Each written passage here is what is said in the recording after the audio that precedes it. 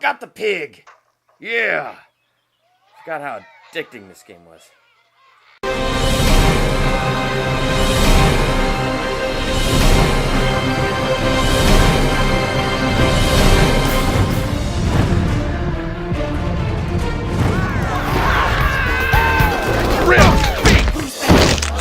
Oh my god. Welcome to Durbania, I'm Durban, and this is my spoiler-free review for the Angry Birds movie. The movie wasn't half bad, I enjoyed it, though I do think this movie came out 3 years too late. Like, 3 years ago, I feel like the game was super popular. Nowadays, it's just kind of popular in there, and it's like, oh yeah, that is a fun game. Let me try it again and just see if it's still fun. Yeah.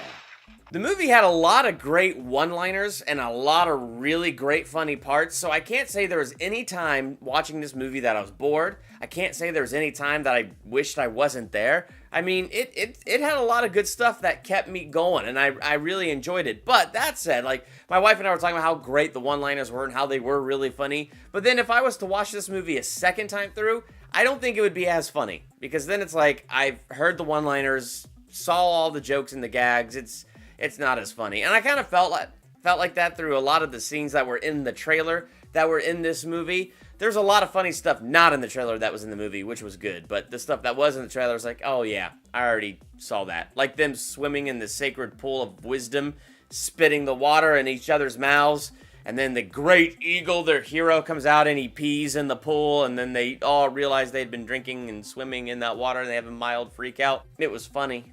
But it was also in the trailer, so we kind of saw it. One of the great things this movie had going for it is the characters. I mean, you have Red, you know, that guy. You have Red, who's like the main red bird that you use, and, you know, they didn't really do a good job explaining why he was such a loner growing up, other than they just kept making fun of his eyebrows. But basically, you just get the idea that from a hatchling to an adult, he really wasn't accepted by the town. I wish they would have said why. I think that's probably a weakness. They didn't really explain why.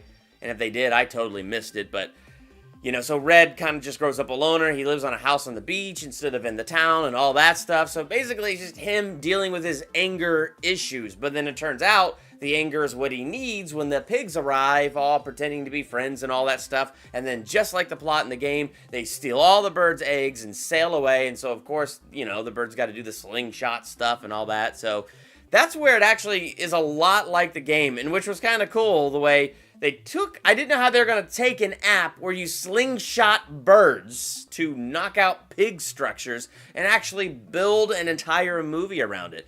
I will say they actually did a good job about that, because the whole movie was not built around just, you know, slingshotting birds. Like, they actually put a little bit of heart to it, a story around it, and things like that. Chuck, the little yellow bird, he reminded me of like a talking banana, and he was like fast, like Quicksilver or the Flash or something. In fact, every time he was on screen, it really made me want to watch the Flash. There's just a few great moments where he's like super fast and going all around, and all I could think of is, I am an episode behind on the Flash.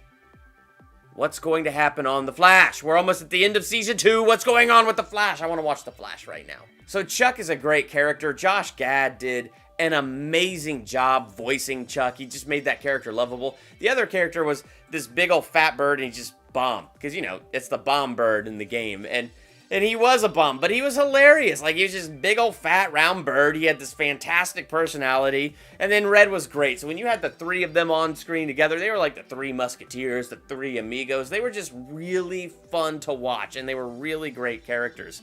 And then they bring in, like, the Great Eagle. And I guess this is like a mythical, almost Santa Claus type figure that everybody just adores in the town, but nobody's seen this eagle in years, and blah, blah, blah. And he lives on top of this mountain that is shaped like an eagle's head. Why wouldn't an eagle live in a mountain shaped like an eagle's head? I don't know.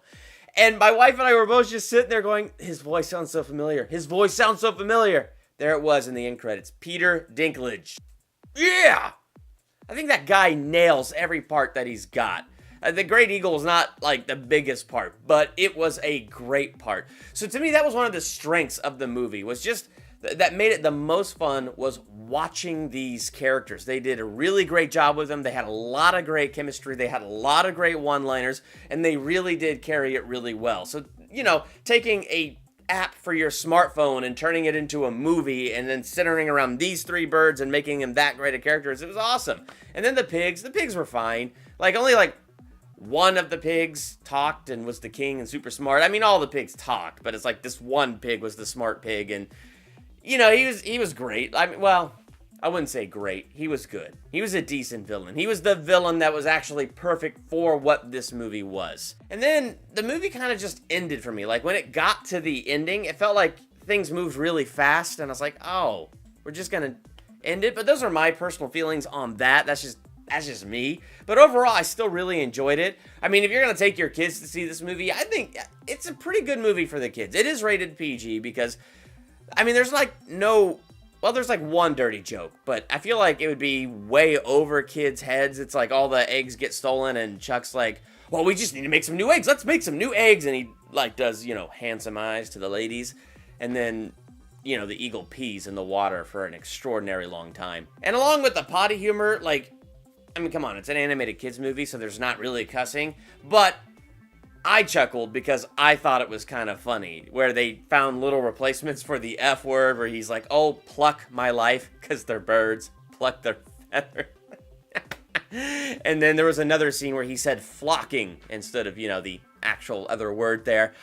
I don't know. I found it kind of funny, but, you know, I also don't have kids, so I leave that up to your judgment. I'm just saying, those were just kind of some of the things that were in there.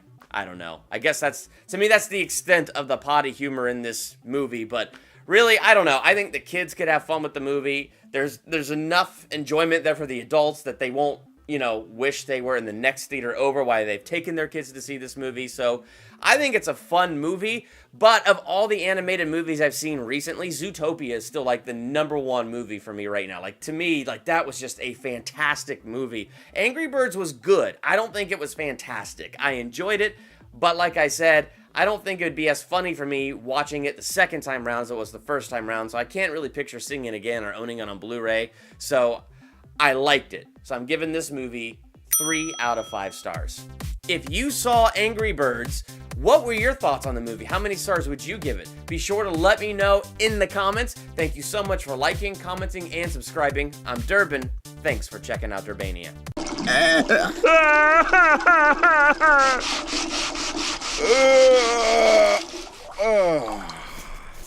Horrible turn of events.